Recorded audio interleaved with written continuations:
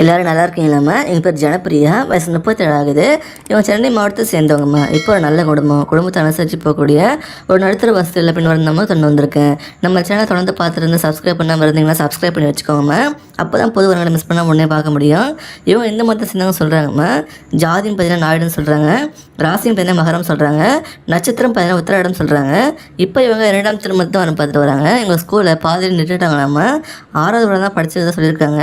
இவங்க பூர்வீகமாக தெலுங்கு மொழி பேசக்கூடியவங்க.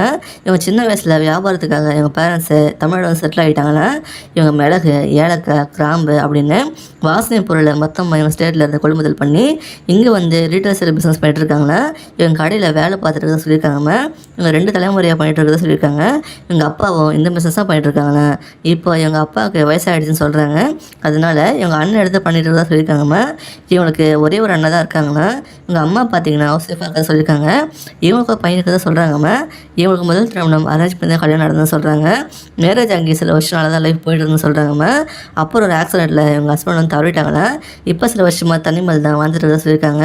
இவங்க பேரண்ட்ஸ் இவங்ககிட்ட பேசி இப்போ 2ஆம் திருமணம் பண்ணுறதுக்கு வரன் பார்க்க ஸ்டார்ட் பண்ணியிருக்காங்களா. இவங்க என்ன எதிர்பார்க்குறாங்கன்னா எந்த கெட்ட பழக்கமும் இல்லாத ஒருத்தர் தான் இவங்களுக்கு கணவராக வரணும் விரும்புகிறாங்க. இவங்க சிகரெட்டு சரக்கு ஸ்மெல் வந்து ஒத்துக்காது, மயக்கம் வரும்னு சொல்கிறாங்க. அப்புறம் நீங்கள் வீட்டோட மாப்பிள்ளையாக வந்தாலும் ஓகேன்னு சொல்லியிருக்காங்க. உங்களை நல்லபடியாக மரியாதை நடத்துன்னு சொல்கிறாங்கம்மா. இவங்களையும் சஷ்டம் வச்சுக்கிட்டு இவங்க பையன் நீங்கள் நல்லா கேரிங்காக பார்த்துக்கணும்னு விரும்புகிறாங்க. இவங்க வேலைக்கு போனாலும் இல்லைனாலும் பரவாயில்லன்னு சொல்கிறாங்க. இவங்க பிஸ்னஸ்க்கு கூட சேர்ந்து பார்த்துக்கலாம் சொல்லியிருக்காங்கம்மா. ரிலேஷன்ஷிப்க்கு முக்கியத்துவம் கொடுத்து கடைசியாக வர உண்மையாக இருந்தால் போதுமே எதிர்பார்க்குறாங்க. இந்த மாதிரி ஒரு நல்ல மனசு கொண்ட பெண் வர உங்களுக்கு மனைவியாக கிடைச்சா நீங்கள் ரொம்பவே கொடுத்து வச்சுங்க தாம்மா. இவங்களை பிடிச்சிருந்தா இந்த வீடியோக்கு லைக் பண்ணிவிட்டு உங்கள் விருப்பத்தை கமெண்ட்டில் சொல்லுங்கம்மா.